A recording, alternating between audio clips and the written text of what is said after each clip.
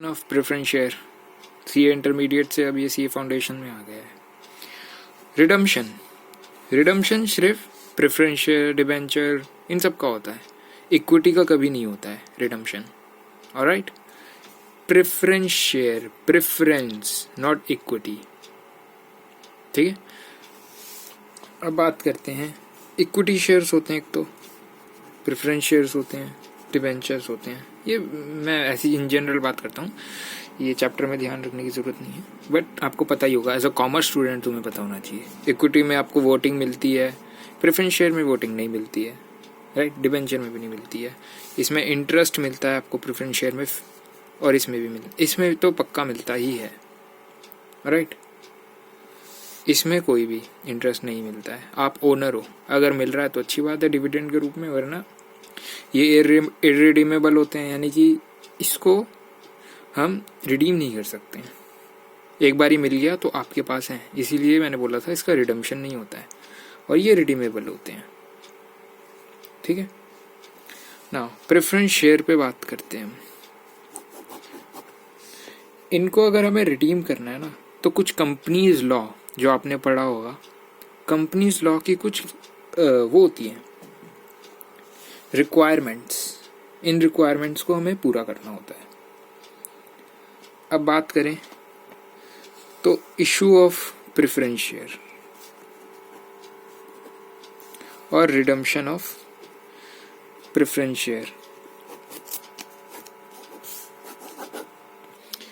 ये दोनों ऑब्वियसली अलग अलग होते हैं।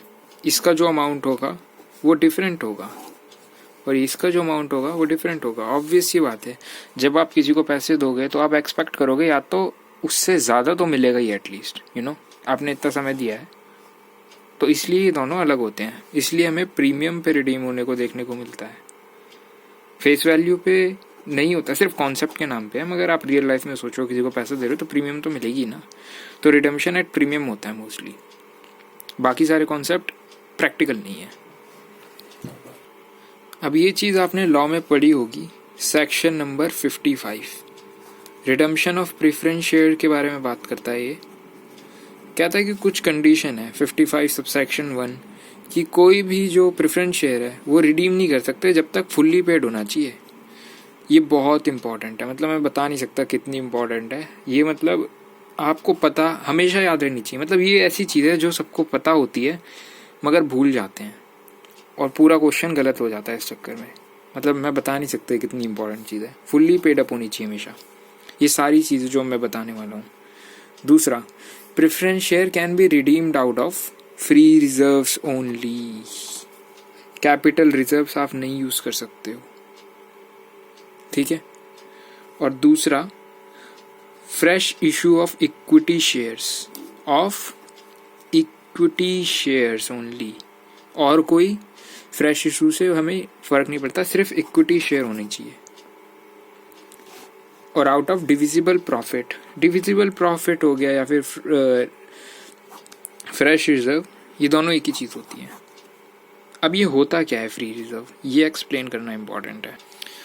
अब ये तो हमें पता है फ्री रिजर्व से प्रेफरेंस शेयर हम रिडीम कर सकते हैं, मगर ये होता क्या है। प्रेफरेंस शेयर एक ऐसा फ्री रिजर्व एक ऐसा रिजर्व है जो अवेलेबल होता है फॉर डिस्ट्रीब्यूशन। इसके एग्जाम्पल्स आप याद रखना, जनरल रिजर्व एक फ्री रिजर्व है। क्या कैपिटल एक फ्री रिजर्व है? नहीं। P&L अकाउंट एक फ्री रिजर्व है। क्या कैपिटल रिडम्पशन रिजर्व अकाउंट एक फ्री रिजर्व है? नहीं। अच्छा, ये CRR होता क्या है, मेन बात ये है। देखो, अकॉर्डिंग टू लॉ मैंने आपको बताया था कि प्रेफरेंस शेयर है, दो तरीके से रिडीम करे जा सकते हैं। पहला तो फ्रेश इशू से, और दूसरा फ्री रिजर्व से।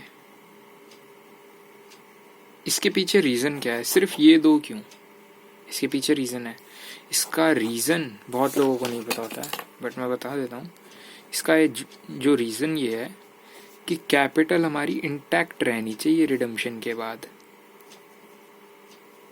कैपिटल में कोई चेंज नहीं आना चाहिए।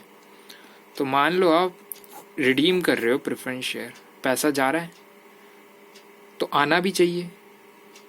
तो इसीलिए या तो हम फ्रेश इशू कर रहे हैं कि गया और साथ साथ फ्रेश इशू से और पैसा भी आ गया, या फिर फ्री रिजर्व यूज़ कर रहे हैं जो ऑलरेडी हमने रिजर्व्स बना के रखे थे, और इसीलिए हमारे पास आता है CRR। तो क्या कहती है, फ्रेश इशू कर रहे तो अच्छी बात है क्योंकि तुमने पैसा गया और आ भी गया, साथ में आपने रिडीम करा, रिडीम करने से चला गया, और न्यू इशू करे इक्विटी तो उससे पैसा आ गया। मगर जब फ्री रिजर्व से करोगे तो इसीलिए आपको CRR में पैसे डालने पड़ेंगे फ्री रिजर्व से। ये कंपनी लॉ कहता है, मैं नहीं कहता हूँ। और ये CRR जो किंग होता है हमारा, ये किस लिए यूज हो सकता है? सिर्फ बोनस इशू करने के लिए, सिर्फ बोनस इशू करने के लिए, वो भी फुल्ली पेड अप बोनस। सिर्फ इसी के लिए यूज हो सकता है CRR। इसीलिए मैंने बोला था ये फ्री रिजर्व CRR नहीं होता है। ऐसे ही कोई भी कैपिटल रिजर्व फ्री नहीं होता है। हालांकि इसका एक एक्सेप्शन है, वो मैं आपको अभी बता देता हूँ। इसका एक्सेप्शन ये है कि कैपिटल रिजर्व, जो कि कभी नहीं मिलेगा आपको देखने के लिए, अगर कैश में अवेलेबल है तभी से हम फ्री रिजर्व की तरह यूज़ कर सकते हैं, जो कि कभी नहीं होगा। और आपको अज्यूम भी नहीं करना है अनलेस बहुत ही बोल रहा है क्वेश्चन में। अदरवाइज हमें हमेशा अज्यूम करना है कैपिटल रिजर्व नहीं यूज़ होता है। जनरल रिजर्व यूज़ कर सकते हैं, PL यूज़ कर सकते हैं, और ऑब्वियसली सिक्योरिटी प्रीमियम भी। अच्छा, तो हम क्या क्या यूज़ कर सकते हैं एक बारी फिर से देखते हैं। फ्री रिजर्व्स यूज़ कर सकते हैं हम, यानी कि जनरल रिजर्व बोल लो इसे, या फिर PL हो गया हमारा, PNL अकाउंट। सिक्योरिटी प्रीमियम हो गया। मगर देखने वाली इसमें एक बात है। वो बात क्या है? जो फ्री रिजर्व और जनरल PNL है, ये हम हमेशा पहली प्रायोरिटी रखेंगे यूज़ करने के लिए, और जो सिक्योरिटी प्रीमियम है ये हमारी सेकंड प्रायोरिटी होगी। ठीक है, सिक्योरिटी प्रीमियम हमारी फर्स्ट प्रायोरिटी कब होगी? जब हमें प्रीमियम पे करना होगा। जब हमें प्रीमियम पे करना होगा तो हमारी फर्स्ट प्रायोरिटी होगी कि हम सिक्योरिटी प्रीमियम यूज़ करें, और फिर उसके बाद जो बाकी का पैसा है वो जनरल PL से हम करेंगे। मगर सिक्योरिटी प्रीमियम की जब बात आती है तो सिक्योरिटी प्रीमियम पहले यूज़ करेंगे, अदरवाइज फ्री रिजर्व और जनरल PL। अच्छा, अब इनके जो बुक में क्वेश्चंस होते हैं उनका एक हम रफ ड्राइंग सी बना के मैं आपको बताता हूँ कि किस तरीके से क्वेश्चन होता है एग्जाम्पल के। उसमें मान लो 1 लाख शेयर्स हैं, ठीक है, एट द रेट ₹10, तो टोटल हो गए ₹10 लाख के प्रेफरेंस शेयर। ठीक है, प्रेफरेंस शेयर 10 लाख के, 1 लाख शेयर थे एट द रेट ₹10, तो ₹10 लाख के प्रेफरेंस शेयर हो गए। इन्हें हम रिडीम करेंगे। ₹10 लाख की तो फेस वैल्यू हो गई, जितने के हमने इशू करे थे फेस वैल्यू। मगर अब प्रीमियम तो ऑब्वियसली होगी साथ में, तो हम लेट्स से कह देते हैं कि ₹2 की प्रीमियम थी। तो 1 लाख शेयर थे, ₹2 की प्रीमियम, तो ये हो गए ₹2 लाख। चलो अब मान लेते हैं हमारे पास सिक्योरिटी प्रीमियम है और जनरल रिजर्व है, या फिर फ्री रिजर्व बोल लो या PNL बोल लो। तो जो सिक्योरिटी प्रीमियम है सबसे पहले कहाँ यूज़ करेंगे? प्रीमियम के लिए। ये हमारी फर्स्ट प्रायोरिटी होती है। और ये जो है इसको हम यूज़ करेंगे इसके लिए, फेस वैल्यू के लिए। अच्छा, ये हमारी प्रीमियम है। इसमें और भी काफ़ी सारी चीज़ें जो आपको बहुत ज़्यादा इम्पोर्टेंट है ध्यान रखना। अगर ये ध्यान नहीं रखा तो क्वेश्चन गलत हो जाएगा। जैसे ही आप ये डायग्राम बना लोगे ना, तो यहाँ पर दिख रहा है फेस वैल्यू, उतना ही अमाउंट हमें किस में डालना है? CRR में। ये मैं बता रहा हूँ, आप भूलोगे, 99% भूलोगे क्वेश्चन करते वक्त। और जब तक इसकी प्रैक्टिस नहीं होगी तब तक ये याद नहीं रहेगा और क्वेश्चन गलत होगा। उसके अलावा ये सिक्योरिटी प्रीमियम से जाएगा तो ये CRR में नहीं जाएगा। सिर्फ जो फेस वैल्यू है ये CRR में जाएगा। चलो एक और केस ले लेते हैं। मान लो यही सेम ₹10 लाख है, मगर हमारे पास ना रिजर्व पूरे नहीं थे, हमारे पास रिजर्व थे सिर्फ 5 लाख रुपए के। तो हमने क्या किया, 5 लाख के फ्रेश इक्विटी शेयर्स इशू कर दिए। तो अब बताओ CRR में कितना जाएगा? 10 लाख थे, CRR में जाते पूरे के पूरे 10 लाख। अगर हमारे पास पूरा इसमें 10 लाख होता, मगर हमारे पास 5 लाख ही थे, तो हमने 5 लाख के इक्विटी इशू कर दिए, टोटल 10 लाख हो गए। अब CRR में कितना जाएगा? CRR में जाएगा सिर्फ 5 लाख। ऐसा क्यों? ऐसा इसलिए क्योंकि CRR में हम जाते हैं जब हम फ्रेश इशू करते हैं, वो CRR में कभी नहीं जाता है। फ्री रिजर्व से जो होता है वो सिर्फ CRR में जाता है, सिर्फ फ्री रिजर्व वाला। फ्रेश इशू जो हम करते हैं वो कभी नहीं जाता। और fresh issue of what? Equity, सिर्फ इक्विटी।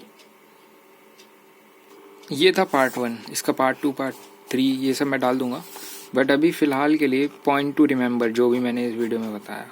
सबसे पहला पॉइंट टू रिमेंबर क्या है कि कैपिटल इंटैक्ट रहना चाहिए भाई, इंटैक्ट रहना चाहिए। इसीलिए हम फ्रेश इशू करते हैं और फ्री रिजर्व यूज़ करते हैं। फ्रेश इशू जब करते हैं ना यार, तब तो पैसा मिल जाता है, मगर फ्री रिजर्व जब करते हैं तब हमें CRR बनाना पड़ता है। लॉ की ऑब्लिगेशन है ये। फ्रेश इशू के टाइम पे नहीं करना पड़ता, ठीक है? तो ये याद रखना, सिर्फ फ्री रिजर्व के लिए, ओनली फ्री रिजर्व के लिए, CRR के लिए नहीं। पेमेंट कैसे होगी? फ्री रिजर्व से होगी ऑब्वियसली, जैसे कि जनरल रिजर्व हो गया, PL हो गया, सिक्योरिटी प्रीमियम हो गया। ये चीज़ प्रीमियम के लिए यूज़ करी जाती है, प्रिफर करी जाती है। ऐसा नहीं है कि PL से नहीं कर सकते, PL से भी कर सकते हो। अगर सिक्योरिटी प्रीमियम है ही नहीं तो फिर तो PL से, जनरल PL से करोगे। मगर अगर सिक्योरिटी प्रीमियम है तो उसे प्रीमियम के लिए यूज़ करोगे, पेमेंट के लिए। इसका पीछे भी रीज़न है। इसके पीछे रीज़न ये है कि सिक्योरिटी प्रीमियम के जो यूज़ होते हैं लॉ में, वो बहुत लिमिटेड होते हैं, इसलिए ये यूज़ है। वो मैं नेक्स्ट वीडियो में क्लियर भी कर दूँगा, बट फिलहाल के लिए याद रखना। उसके अलावा काफ़ी इंपॉर्टेंट, फुल्ली पेड अप होने चाहिए भाई प्रेफरेंस शेयर। अगर पार्टली पेड अप है तो नहीं चलेगा। अच्छा, यहाँ पर इंस्टीट्यूट आपको परेशान करेगा। मान लो आपको एक प्रेफरेंस शेयर ही दिया है, एक टाइप ऑफ प्रेफरेंस शेयर दिया है, लेट्स से 10% प्रेफरेंस शेयर, और ये पार्टली पेड अप है, तो क्या आप इसे फुल्ली पेड अप करोगे पहले? क्योंकि फुल्ली पेड अप होती है, ये ऑब्लिगेशन है सेक्शन 55 की, राइट, लॉ की। तो पार्टली पेड अप को फुल्ली पेड अप तो करना पड़ेगा। मगर मान लो 2% है, एक तो 8% प्रेफरेंस शेयर है और एक 10% है, तो क्या मान लो ये दोनों ही पार्टली हैं, तो फिर तो दोनों को फुली वो करोगे। मगर मान लो एक फुली है और एक पार्टली है, तो क्या आप इस पार्टली वाले को फुली करोगे? नहीं।